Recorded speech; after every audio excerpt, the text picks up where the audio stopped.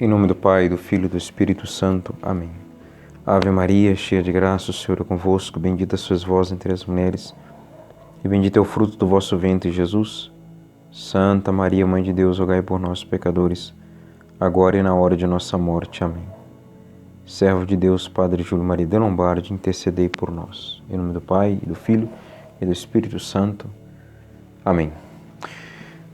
Pois bem, meus caros, enfim, chegamos ao Brasil, depois de termos visto no nosso último vídeo a aventura da travessia do Padre Júlio Maria de Lombardi com seus 4 companheiros, desde o porto de Antuérpia, na Bélgica, até passando por Portugal, Ilha da Madeira, Porto, Lisboa, as ilhas de Fernando de Noronha, até chegar em Pernambuco, mais especificamente em Recife, né? Bom, e neste vídeo nós queremos, claro, tratar agora das primeiríssimas impressões religiosas, culturais, que o Padre Júlio Maria foi tendo, assim que colocou definitivamente os pés em solo brasileiro, para nunca mais sair daqui. Então, desde já quero pedir a perseverança, mais uma vez, e a paciência dos senhores e senhoras, porque irei ler bastante coisa do diário.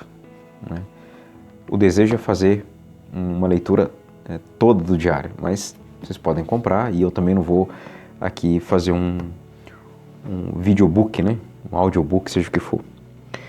É bom que possam adquirir o diário e fazer toda a leitura. Irei fazer algumas que eu separei, julguei ser as mais convenientes. Então vamos lá. Bom, na festa litúrgica de Santa Teresa d'Ávila, a grande doutora mística da Igreja Católica, talvez a maior, pelo menos nessa área da vida mística, da vida de oração. Então, na sua festa litúrgica, do dia 15 de outubro de 1912, o Padre Júlio Maria, enfim, chegou ao Brasil. Então, ele desembarca em Recife, foi recebido pelo Padre Pilsen, não sei também se a pronúncia é essa, ele veio de Natal, do Rio Grande do Norte. O Padre Júlio Maria depois irá para o Rio Grande do Norte, vai ficar lá um bom tempo, assim, pelo menos uns 2 meses em São Gonçalo. Então o Padre Pilsen veio de Natal para recepcionar pessoalmente o Padre Júlio e os seus confrades. Isso tudo está muito bem documentado, foi registrado pelo Padre Ferdinando, ou Ferdinand Nolte, foi um historiador da Sagrada Família, assim como o Dr. Ivan Fornazier Cavalieri também foi um grande historiador das congregações, sobretudo do Padre Júlio Maria, mas também dos missionários sacramentinos, enfim. O Dr. Ivan, inclusive, ele foi a Varegem, foi à Europa pesquisar sobre o Padre Júlio Maria, ao norte do país, enfim. Nós iremos citar um pouco do Dr. Ivan já neste vídeo. Bom, dia 15. Então, no diário, a partir da página 104, nós temos a 9ª parte, ou 9º ponto deixa eu ver qual é o capítulo aqui. Nós estamos no capítulo 4º desta primeira parte do diário. Isto, a travessia, primeira parte, no capítulo 4º, no 9º ponto. Ele coloca, em Pernambuco, quarta-feira, 15 de outubro, festa de Santa Teresa. Ali, pela meia-noite, lançaram âncora diante de Pernambuco. Então, só de manhã às 7 horas foi que chegou o diretor do porto.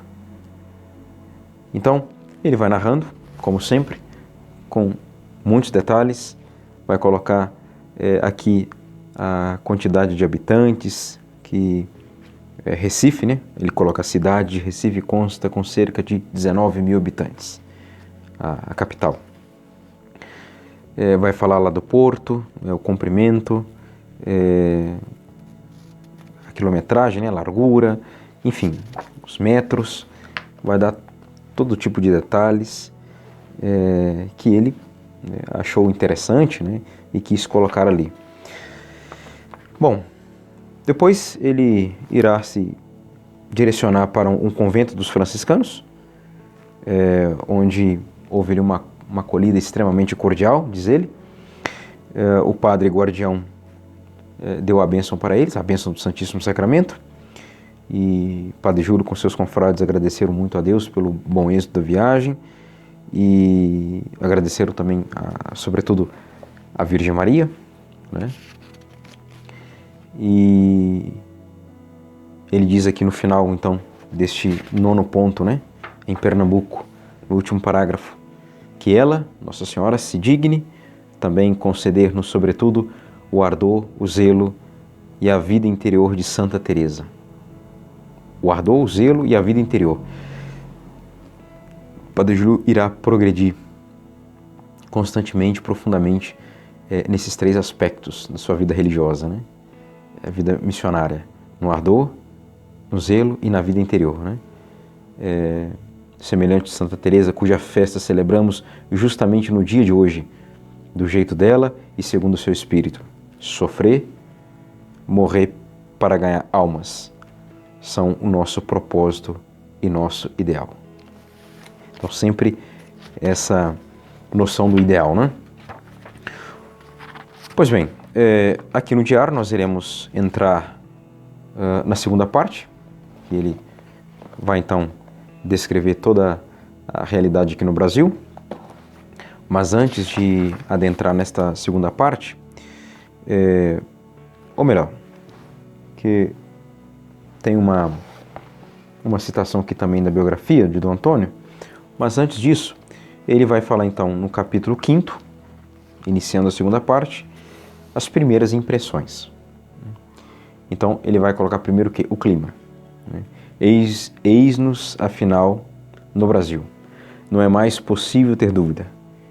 E para quem tiver vontade de duvidar, há mais uma prova para levá-lo a pensar na realidade. O sol passeia por cima de nossas cabeças. Então ele vai falar do calor tremendo, para um europeu, né, que era primavera, e para testificar esse calor, essa diferença do clima, ele diz assim, na página 112, mas passemos por cima da questão de opiniões. O que é certo é que, o que ele está dizendo, né? A fim de suportar a primeira tese, seria bom acrescentar esta segunda. O sol do Brasil não é o mesmo da França. Ele está querendo provar, né, para todos que ele está escrevendo aqui, que o calor é bem diferente. Uma tese terá tanta verossimilhança como a outra. Aí ele diz, no Brasil faz calor horrível neste momento. O termômetro de meu quarto está marcando 32 graus. E saibam que estamos na primavera. A brisa leve que sopra é antes para secar que para refrescar. Então ele vai descrevendo toda essa realidade do clima, né, no Brasil, nesses primeiros momentos. E ele vai falar depois no segundo ponto deste 5º capítulo. Vai falar então de Recife e os arredores. Recife é a capital do estado de Pernambuco, vai colocar o número de municípios naquela época, eram 19. A cidade tem 16 igrejas católicas e um templo protestante.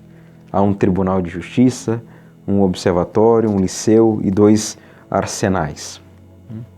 Tem também um teatro, vários monumentos importantes, como o Palácio da Assembleia, do Governador, do Bispo e da Municipalidade. Veja como que ele vai detalhando. Daqui a pouco ele chega com uma visão, com uma descrição também espiritual. Bom, e aí continua toda a sua descrição Ele diz uma coisa, tudo é interessante, mas eu quero, como eu disse, ressaltar algumas partes. Visitamos várias igrejas. Em diversas delas, encontramos senhoras e moças em oração diante da Mater Dolorosa, Nossa Senhora das Dores, ou de Cristo no túmulo. As duas devoções preferidas do povo brasileiro. Será por quê? Povo sofrido? Pode ser, sobretudo no Nordeste, né? Estamos aqui em Pernambuco, né? E aí no terceiro ponto ele vai falar da religião no Brasil. Aqui eu vou me deter um pouco mais, mas antes de passar para esse terceiro ponto deste nosso quinto capítulo da segunda parte, eu quero pegar aqui com vocês a nossa biografia. Na página 202, ele diz que no dia 20 de outubro, né, festa da pureza de Maria, né,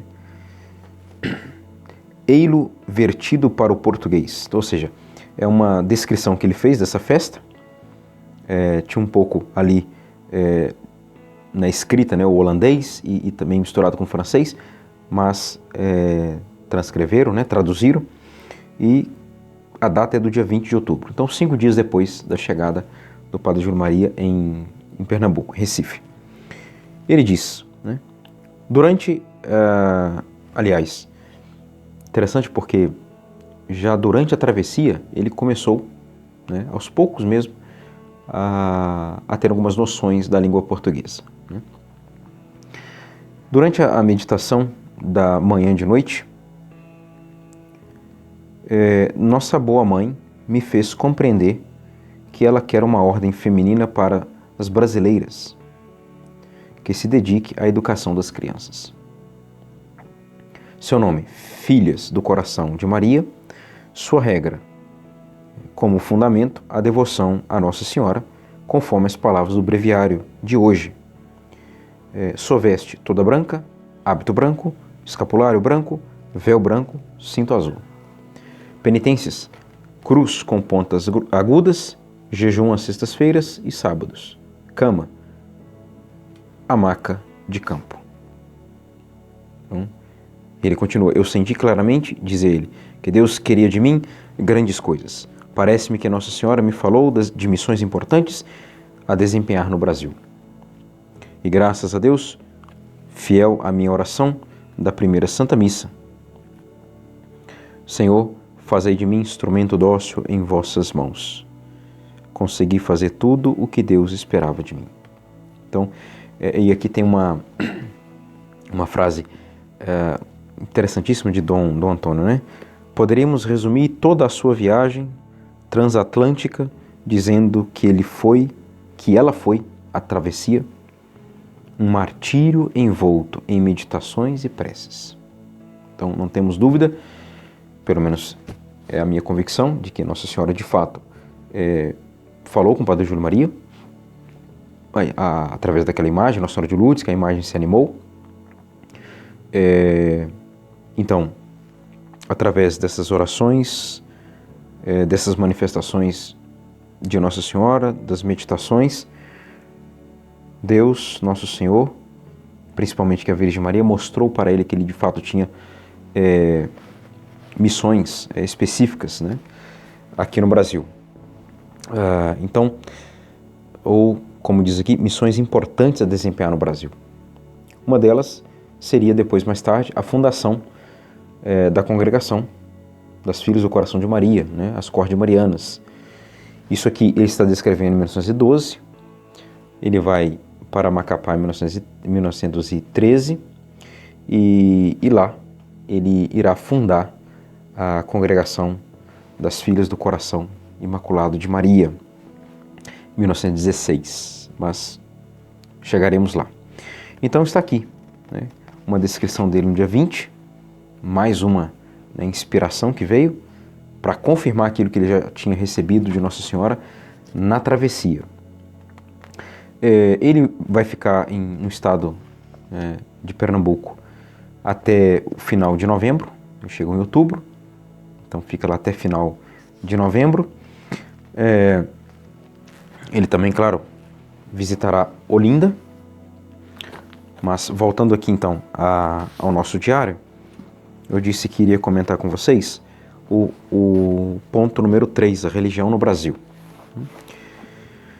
Então, agora a questão religiosa. É difícil para um recém-chegado tratar desse assunto, né?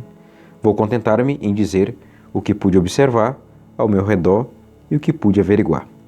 Eu não tenho pretensão e tampouco a intenção de estender aos outros estados e às demais cidades o que estou verificando aqui. Não obstante, me assegurarem que é, por toda parte, a mesma coisa.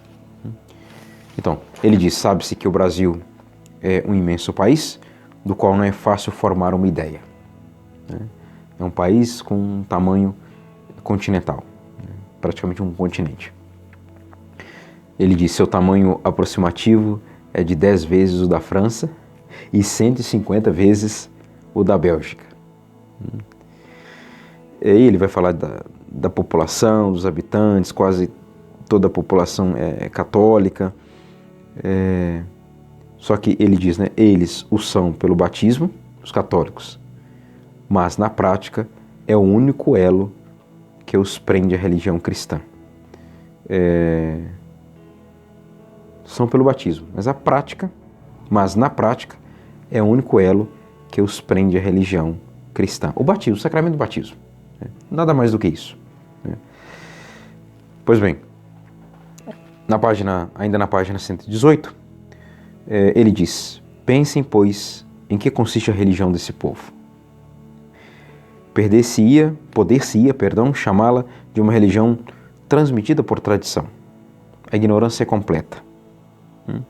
Podem-se aplicar-lhes ao pé da letra estas palavras de um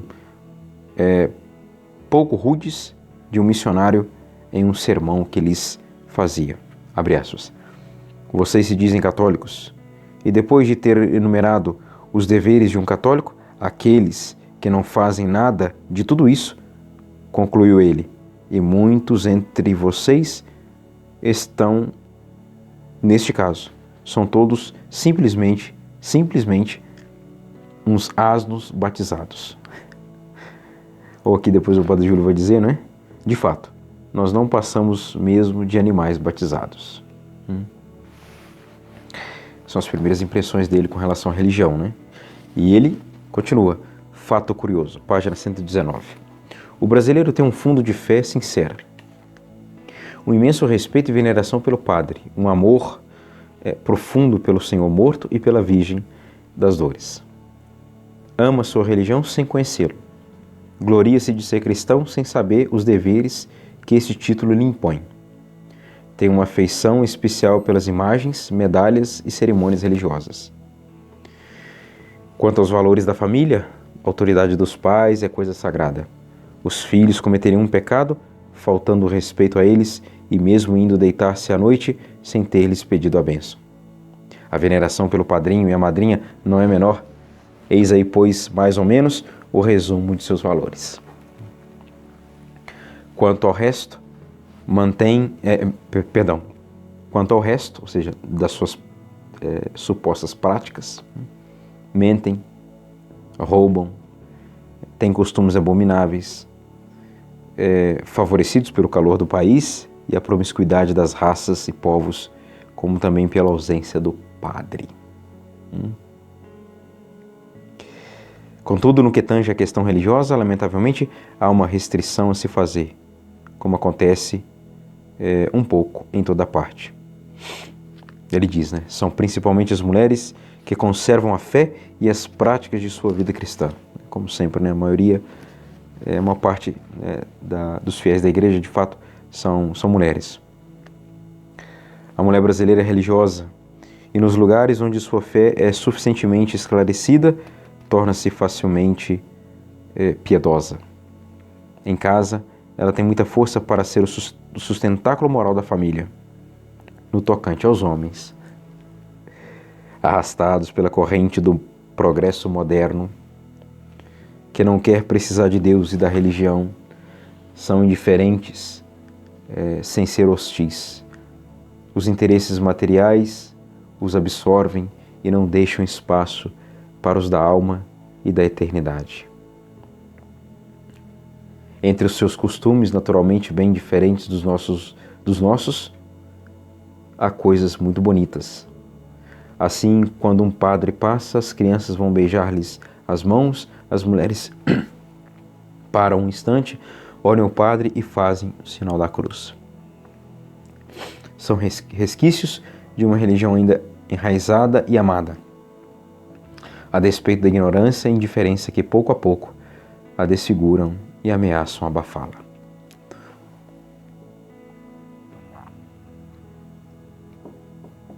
Bom, ele vai cada vez mais descrevendo essa situação. Ele diz que é maravilhoso, com efeito, que este pobre povo tenha podido conservar a fé e a adesão à Igreja Católica. A veneração pelo Padre e a convicção de que somente disto pode vir a salvação. Bom, de tudo que ele ia ouvindo com relação ao povo brasileiro, ele diz na página 121, sem dúvida, de norte a sul, há o bem a fazer. Mas aqui, Nordeste, há mais do que o bem a fazer. Há todo um povo a salvar de uma ruína iminente, são milhões de almas a soerguer, que por falta de padres se perderão irrevogavelmente. Então ele está convicto disso, né? E por isso ele diz, 122, sofrer, mas que importa o sofrimento? O que importa é que Deus seja conhecido, que as almas sejam salvas e que consigamos a conquista do céu. Morrer, mas o que importa é uma morte que dá vida, é um túmulo que faz entrar na glória. Então, quando vocês forem ler ou reler o diário, é importante observar, eu vou insistir nessa tecla, né? Vou insistir batendo nessa tecla, fazer essa leitura de que ele vai colocando os fatos, os acontecimentos, suas observações, seja do clima, seja da cultura, da religião, mas também essa aplicação espiritual da coisa. Depois, no quarto ponto, ele fala da cidade de Olinda, né? Também vai colocar todos os detalhes e no final dessa parte onde ele descreve Olinda, ele diz que possa a influência de todos esses bons e fervorosos religiosos e religiosas, ele está falando aqui das filhas, né, de São Vicente de Paulo, enfim, e de outros religiosos que ele conheceu, apressar a hora do triunfo da fé católica no solo brasileiro. E aí chegamos ao quinto ponto, católicos e franco-maçons. Aqui já começa um pouco assim das polêmicas, né? Então, passando-se pelas cidades, vêem-se grandes e belos prédios com uma arrogante inscrição assim expressa: loja maçônica. Não creiam que ela se declara contra a igreja. Ele está falando de uma loja lá específica, né? Na verdade ele diz, né? E essa loja tem sua revista mensal em que tenta desfazer os preconceitos e difundir a larga, a luz e a caridade das quais se diz depositária. Aí diz, não creiam que ela se declara contra a igreja. As pessoas não creem nisso. Não, diz ele, ostenta por toda parte uma grande tolerância, respeita as crenças dos outros. Ela é católica, quase mais católica do que o próprio Papa. Pelo menos é o que diz e o que busca fazer crer. A loja maçônica lá, com sua revista mensal, se passando de caridosa, de católica, de tolerante à religião. E o Padre Júlio diz, e o pobre povo acredita nisso. Levado por essas aparências de beneficências, deixa-se alistar nas fileiras do mestre Lúcifer. Pouco a pouco vai deixando de lado as práticas cristãs até o dia em que, rompendo com a igreja, vê, demasiadamente tarde demais, que foi enganado. Então tá aí, né? Seus primeiros embates, assim, podemos dizer, contra a maçonaria. Na página 128, ele diz uma coisa assim, que até hoje nós, cada dia mais, constatamos isso aqui, né? Há outros, até pessoas de bem, como se encontram em toda parte, que aceitam da religião aquilo que lhes agrada e deixam para lá o que não lhes interessa. No fundo, é um pouco de protestantismo com uma mistura de indiferença conforme a disposição do dia. Então, percebamos que ele já está fazendo toda uma análise verdadeiramente crítica, né? Minuciosa, atenta, de uma pessoa que tem um olhar, um senso, né? Qualificado para isso. É um intelectual, né? Um homem de Deus. Ele diz, para eles, para essas pessoas, a religião é uma prática, uma cerimônia externa, uma espécie de inscrição no livro de registro. Nada mais do que isso. Muito bem. E aí, entramos no capítulo 6, né, onde ele vai falar da sua ida do estado de Pernambuco, aqui ele fala de Recife, para Natal, onde ele irá tomar o trem, né, irá embarcar para Natal. Antes de voltar, de continuar a leitura, na verdade, né, do diário, aqui eu gostaria de mostrar para vocês, nós iremos utilizar esse livro um pouco mais para frente, do Dr. Ivan, né? O Dr. Ivan foi seminarista, foi formado pelo Padre Júlio Maria, mas não chegou a ser ordenado, mas fez uma pesquisa bastante séria, profunda, sobre a vida do nosso grande missionário, Padre Júlio. Ele, como eu disse, ele foi a Vargem, foi à Bélgica, foi à Europa pesquisar muito sobre o Padre Júlio, norte e nordeste do Brasil, e ele levantou uma série de documentos, né, com, assim, datas precisas, localidades, eventos, publicações do Padre Júlio, uma coisa, assim, um trabalho que precisamos rezar muito pela alma do Dr. Ivan e agradecê-lo mesmo imensamente, né? Depois ele foi ser professor, membro lá do arquivo histórico, né? Ele foi para a academia, né? de Juiz de Fora, Academia de Letras, e também foi membro lá, participou do Instituto Histórico e Geográfico de Juiz de Fora. Enfim, e aqui tem esse livro, Nos Passos do Missionário, né? Com relação ao Nordeste. Mas ele fala mais da segunda estadia do Padre Júlio Maria no Nordeste, que foi de 1926 ao início de 1928. Né? Mas aqui, no primeiro capítulo, né, ele então fala um pouco dessa primeira estadia do Padre Júlio Maria.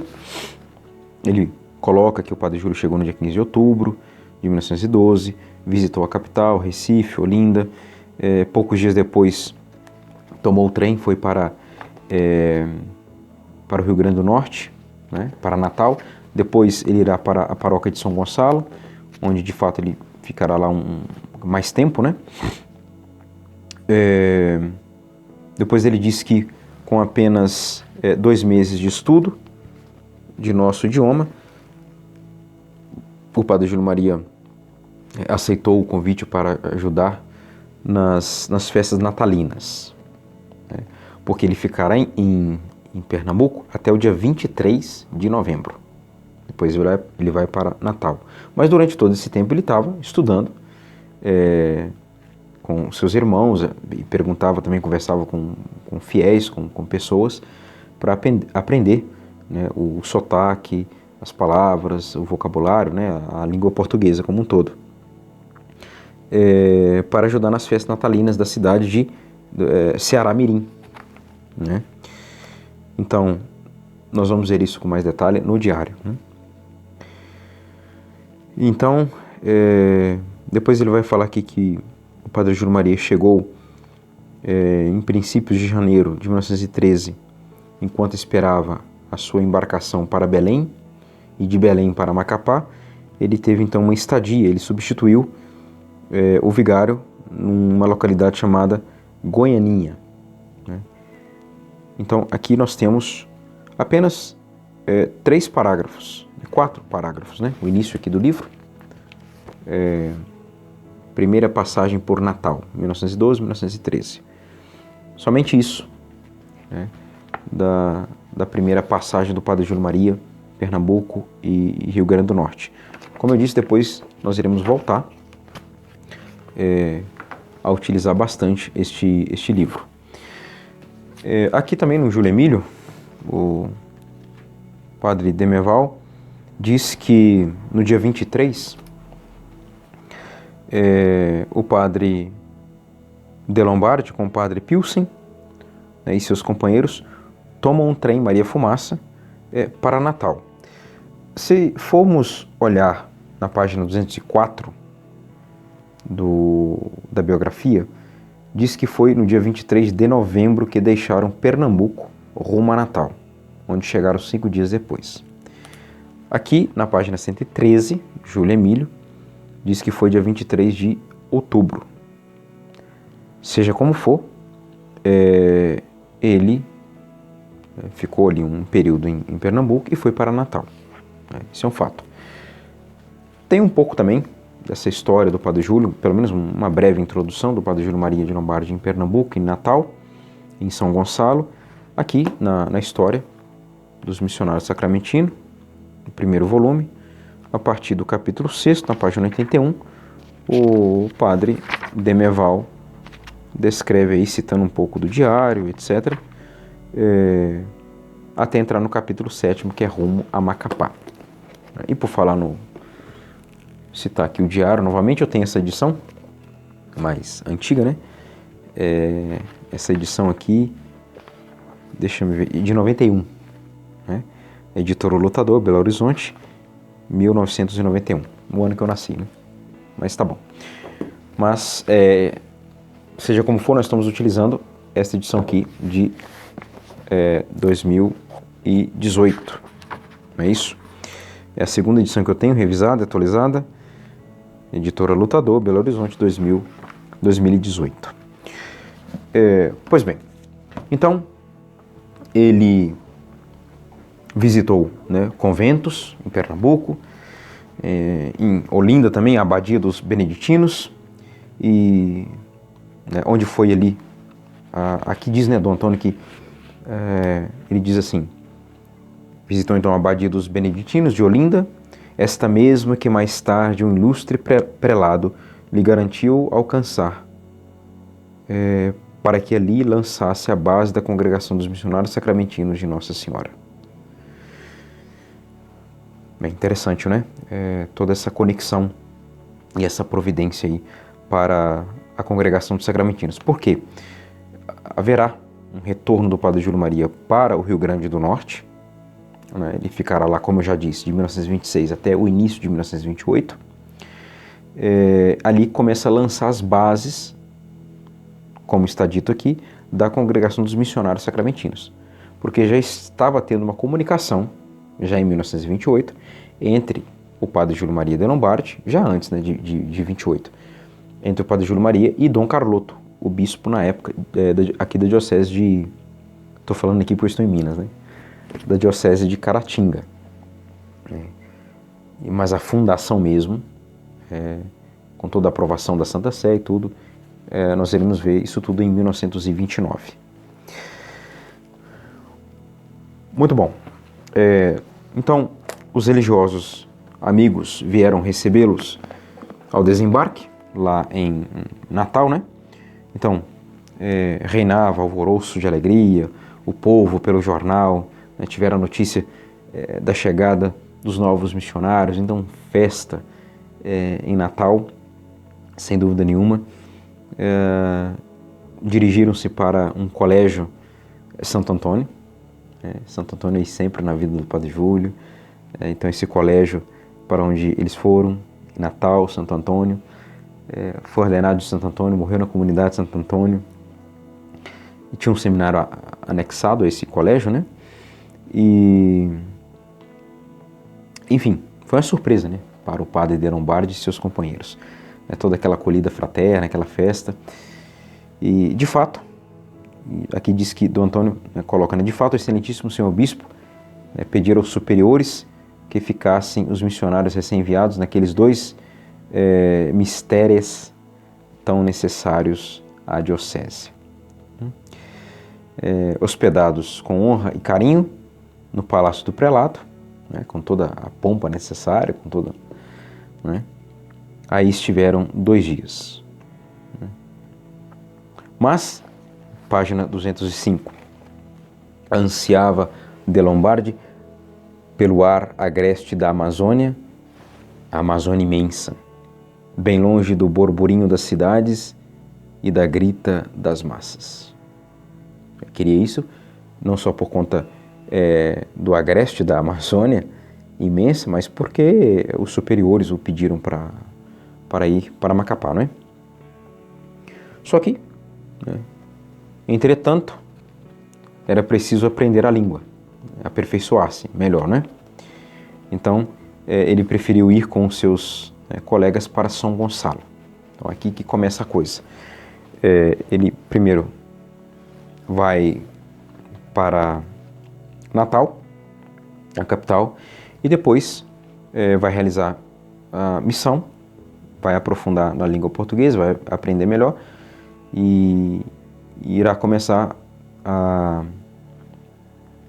proferir, né, os seus sermões em português a partir da missa do dia 24 de dezembro daquele ano de 1912. Né? Nós iremos ver isso também no diário.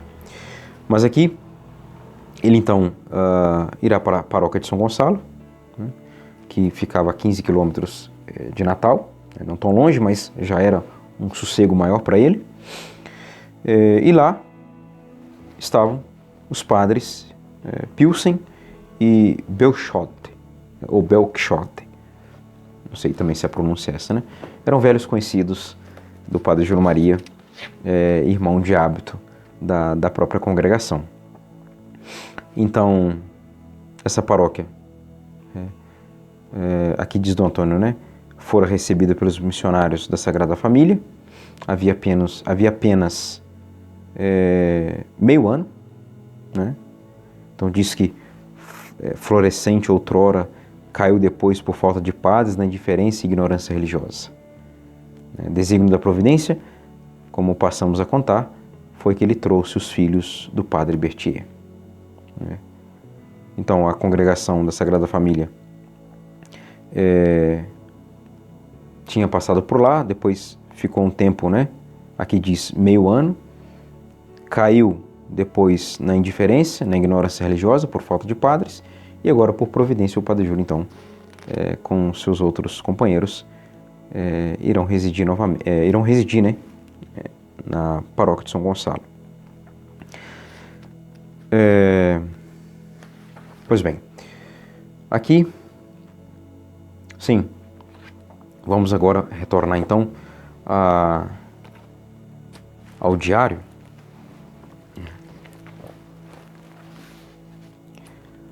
De Recife a Natal. Então ele vai falar, primeiro ponto, a primeira etapa, vai descrever, portanto partimos dia 23, aqui também, por isso que o Dom Antônio coloca lá dia 23, né, pela manhã. O diretor da estrada de ferro que liga Recife a Natal mostra-se de uma gentileza encantadora. E aí, toda a descrição. Ele coloca aqui um dado também interessante, né? As famílias são muito numerosas. É uma honra e uma grande honra ter muitos filhos. Não é raro encontrar famílias com 12, 14, 16 filhos.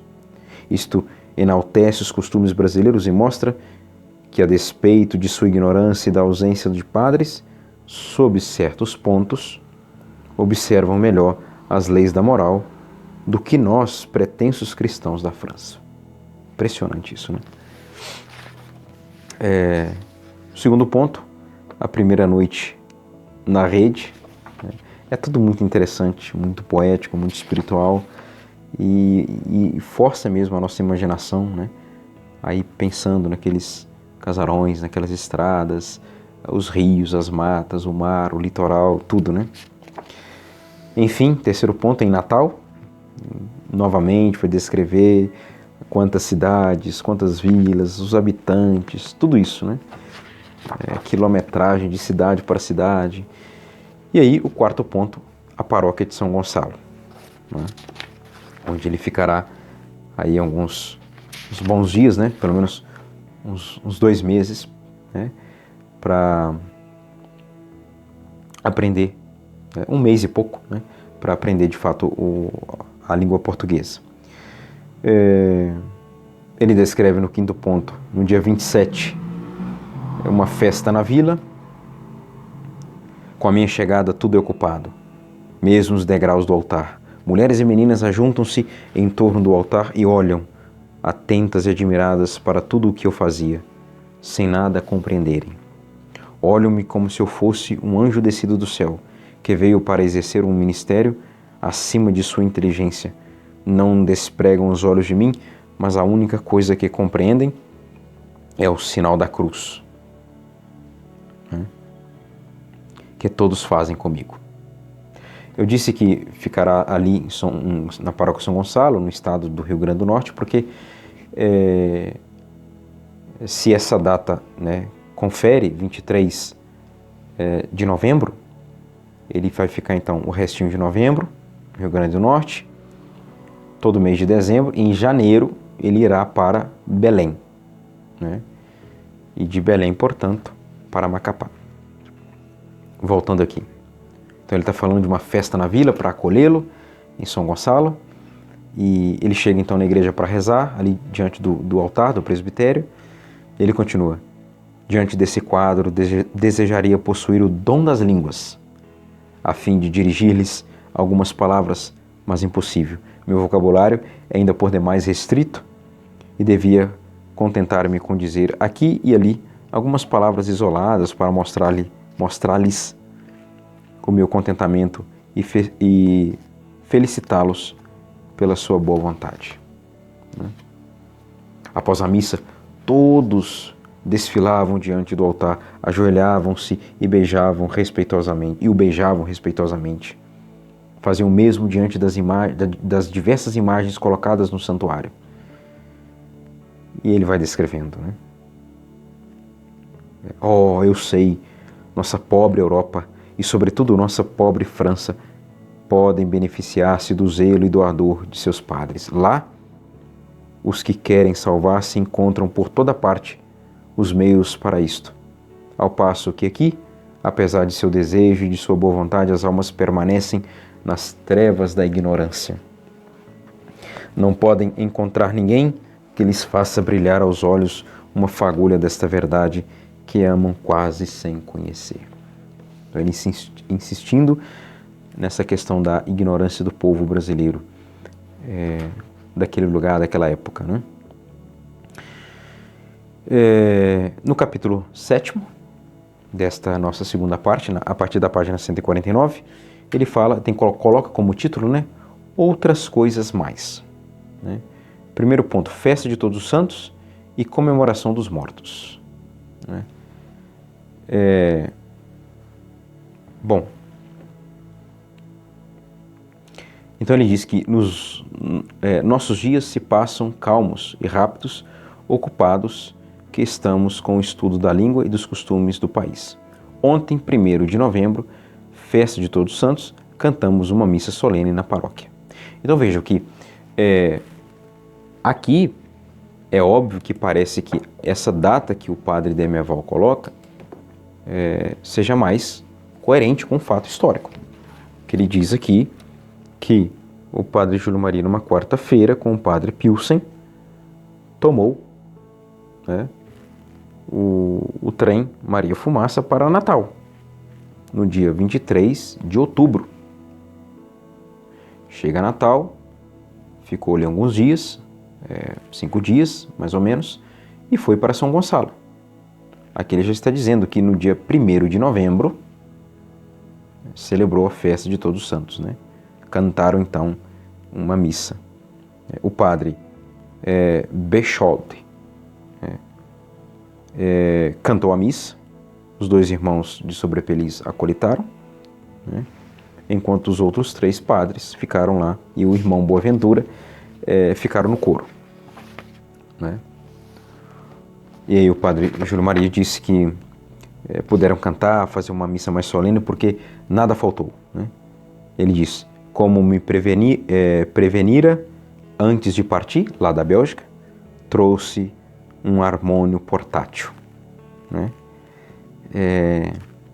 Por isso, podemos acompanhar o canto romano em toda a sua beleza e impressionante simplicidade. Beleza e simplicidade. Ele diz, né? Lamentavelmente não tínhamos nem sequer um único livro de canto. Todas as nossas bagagens, salvo o mais necessário, ficaram em Natal. Não conseguiram levar para São Gonçalo. Vamos recordar, aproximadamente 15 quilômetros de distância. Mas isto não nos atrapalhou. Fizemos tudo para lembrar-nos das notas musicais. Das notas musicais, né? Do Kyrie, do Glória, do Credo, do Sanctus, do Agnus Dei e de alguns outros cânticos litúrgicos, né? Acompanhados pelo harmônio, enchemos a igreja de som e celebramos a festa de Todos os Santos, como se estivéssemos na Europa. E aí que vem. O povo ficou encantado. Que maravilha! Que belas vozes! Que música bonita! Exclamavam eles. O órgão que a maioria nunca tinha ouvido, né? O tal aqui do... como que ele coloca aqui? O harmônio portátil, né? O órgão que a maioria nunca tinha ouvido. Foi para eles um verdadeiro encanto. Seus ouvidos acostumados com instrumentos rústicos, né? Nós bem experimentamos isso, né, no nosso dia a dia. E com execuções muitas vezes sem gosto e sem compasso, foram deleitados pelos acordes melodiosos do harmônio. A música foi grandemente apreciada, sobretudo porque era desconhecida de muitos, pois raras são as igrejas, mesmo as das cidades, que têm um harmônio, um órgão, né? Ou o próprio órgão. Enfim, então depois teve bênção solene, ele vai descrevendo, né, os acontecimentos após a missa. No segundo ponto ele coloca uma alma de santo, e aqui ele está descrevendo, sim, um fato curioso e interessante, né, com um rapaz de 9 anos, o José. Ele diz: se Deus quiser, dentro de 5 ou 6 semanas, quando muito, em 2 meses, estarei falando corretamente, catequizando e mesmo pregando em português. Isso aqui ele está dizendo em novembro. E de fato isso irá se cumprir em poucas semanas, porque em dezembro ele já ele irá conseguir fazer o seu primeiro sermão em língua portuguesa, né? Justamente no dia 24 de dezembro. Né? Eu digo justamente porque é a data na qual ele irá falecer, né? Em 1944. E aqui o caso com José. Interessante, como eu falei para vocês, eu vou ler esse caso do José, né, para vocês. Depois vou também ler mais 1 ou 2 casos, vou separar para outro vídeo, para concluir essas primeiras impressões. Né. Quero ler para ficar aí com vocês esse gostinho de quero mais, de querer ler o diário todo. Então faço questão de separar alguns acontecimentos, alguns episódios que mais me chamaram a atenção, que mais marcaram, né? Enquanto escrevo estas observações da missa, das bênçãos, das declarações das pessoas, estão batendo palmas na porta de entrada. É a maneira que os brasileiros usam quando chegam a uma casa, pois aqui as campainhas nas portas são desconhecidas. Vou atender porque sou o único que estou em casa. Era um menino que chegava, moreno, escuro, de cabelos encarapinhados, de olhar inteligente e de voz penetrante. Procurei saber de tudo. O nome dele é José, de 9 anos de idade. Como presente trazia para nós bananas e ovos. Né? A generosidade do povo. Né? Obrigado, meu filho, disse-lhe eu. Venha comigo para conversarmos um pouco. Bem queria eu aproveitar da oportunidade para aprender e pronunciar certas sílabas que ofereciam para nós algumas dificuldades, porque a língua francesa não tem esses sons. Tratava-se das nasais e nasais. Os brasileiros as têm. Com o nariz bem cheio, tudo se torna nasal. Pobre nariz. Vai ele dar conta? Irmão, João, então, eis-me em plena sala de aula, lendo, articulando, analisando. Eu, com toda a seriedade, assentado numa cadeira. A humildade, né, de um santo. E meu pequeno professor diante de mim, no chão, mexendo com os pés, gesticulando com as mãos, olhando para cá e para lá, pegando nas orelhas, coçando a cabeça. Irmãnum, Joanum, então. Está bom, padre. Muito bom, exclamava meu pequeno professor. Padre, senhor, o que é isto? E com essa descrição aqui, do encontro do Padre Júlio com José, eu vou encerrar esta primeira parte, esse primeiro vídeo, das primeiras impressões do Padre Júlio Maria no Nordeste brasileiro, a sua primeira passagem pelo Nordeste. O que é isso? Perguntou-me José, examinando a medalha da Imaculada Conceição que eu trazia presa no relógio. Isto é a mãe de Jesus Cristo. Conhece, meu filho? Sim, padre. Minha mãe me falou dela muitas vezes. Ela se chama a Virgem Maria, não é? Exato. E a Virgem Maria é também sua mãe, não é? Não, padre. Eu não tenho mais mãe. Ela morreu. Ela gostava muito de mim. Agora estou sozinho com meu pai.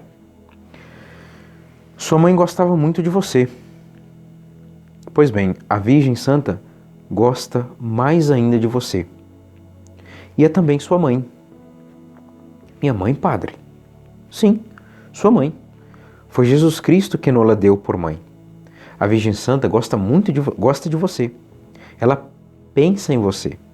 Ela cuida de você. Muito mais do que sua mãe, que já morreu.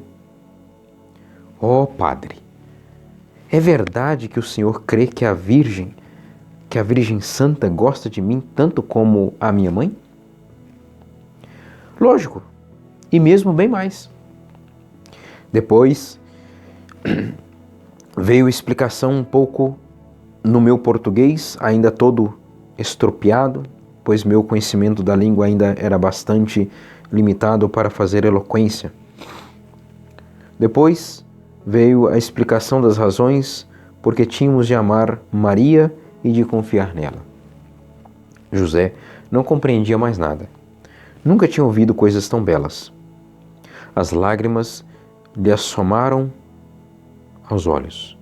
Oh, padre, exclamou ele de repente, quero amar muito minha mãe do céu. A lição terminou por esta vez. Abraço meu pequeno professor, depois de lhe ter dado uma medalha e recomendado ir visitar a Santíssima Virgem, cuja imagem estava na igreja. Saiu todo feliz, cobrindo de beijos e apertando contra o coração a medalha de sua boa mãe do céu. Uma meia hora depois, vou à igreja para rezar o breviário, ajoelhado diante do altar da Santíssima Virgem. Acabava de recitar um salmo quando, levantando os olhos para a imagem de Maria, colocada no altar, vi ali um objeto brilhante que se destacava. Olhei, não havia mais dúvida, era a medalha de José. Como a medalha foi parar ali? Desvendei um pouco do mistério. Era resultado de nossa conversa. Tirei a medalha e a levei para casa. Na manhã do dia seguinte, fiquei à espera de José. Passando ele, ia para a escola, chamei-o. Conversamos um pouco e pedi-lhe pronunciar algumas palavras difíceis que eu repetia com ele. Depois, sem nada dar a entender, tomei-o pela mão. Venha, José, disse-lhe. Vamos juntos fazer uma visita à nossa boa mãe. Hesitou um pouco e empalideceu, mas me acompanhou. Ajoelhamo-nos, um ao lado do outro. José fixou os olhos na Madonna, perturbou-se ainda mais, não vendo mais a medalha. Então, tirando a medalha do meu bolso, coloquei-a em seu pescoço. Leve-a, meu filho, disse-lhe, é a Virgem Maria que está dando para você. Mas, padre, olha para a Virgem Maria. Ela não tem medalha. Antigamente, quando a mamãe ainda era viva, eu dava para ela tudo o que eu recebia. Uma vez que Nossa Senhora é minha mãe, queria fazer o mesmo para ela. Não pude satisfazer ao novo filho de Maria, senão prometendo a ele dar uma outra medalha à Virgem, de tal maneira que a mãe não ficasse menos favorecida do que o filho. Então, mamãe, retrucou ele, olhando para Madonna, fico satisfeito porque a senhora ficará também satisfeita, não é? Bravo, menino! Sem o saber, acabava de me dar uma lição que jamais esqueceria. Só estar contente quando a Santíssima Virgem estiver contente. Possa ele continuar fiel, isso sirva para nós, todos nós. Possa ele, nós, continuar fiel à sua terna mãe e usar sempre dignamente a sua medalha. Possa também sua prece inocente e humilde merecer para muitos de seus pequenos conterrâneos os mesmos sentimentos e as mesmas graças. Encontrar-se-ia muitas dessas plantinhas tenras e delicadas se houvesse uma mãe piedosa para cultivá-las, formá-las e orientá-las para o céu. Servo de Deus, Padre Júlio Maria de Lombardi, intercedei por nós. Em nome do Pai, do Filho e do Espírito Santo. Amém.